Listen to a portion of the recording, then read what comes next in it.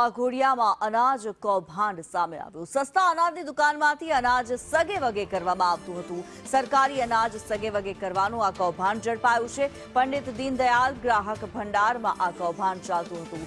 દુકાનમાં મામલતદાર અને પોલીસે રેડ કરી કાળાબજારી કરનાર સંચાલકની અટકાયત કરવામાં આવી છે। દુકાન સંચાલક દર્શનકુમાર જયસ્વાલની અટકાયત કરવામાં આવી। સરકારી અનાજ ભરેલો ટેમ્પો પણ જપ્ત કરાયો છે। 142 કિલો ચોખા, 9 કિલો ચણા અને ઘઉંનો જથ્થો જપ્ત કરાયો છે। ત્યારે વડોદરાના વાઘોડિયામાં અનાજ કૌભાંડ સામે આવ્યું છે।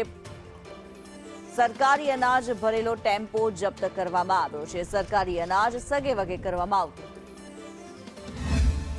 ચોખા 142 કિલો, ચણા એક્સેસ 9 કિલો 220 અને મીઠું એ એક્સેસ મળેલ છે।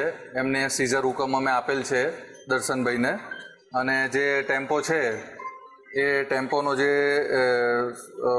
છે એ ગણતરી કરી લીધું છે અને એને અત્યારે ગોડાઉન મેનેજરને અમે સોંપણી કરીએ છીએ અને ત્યારબાદ એની વિસ્તૃત તપાસ કરવામાં આવશે।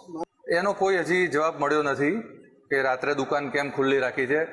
મામલતદાર તરીકે અને સ્ટાફ તરીકે મારા જે મને ફોન આવ્યો અચાનકથી, એટલે અમે એમાં તાત્કાલિક પગલાં લીધા છે અને એ પ્રમાણે અમે જે પુરવઠા કાયદા પ્રમાણે જે નિયમ અનુસાર સીઝર કરવાનું આવે છે એ પ્રમાણે અમે એને સીઝરનો ઓર્ડર આપી દીધો છે।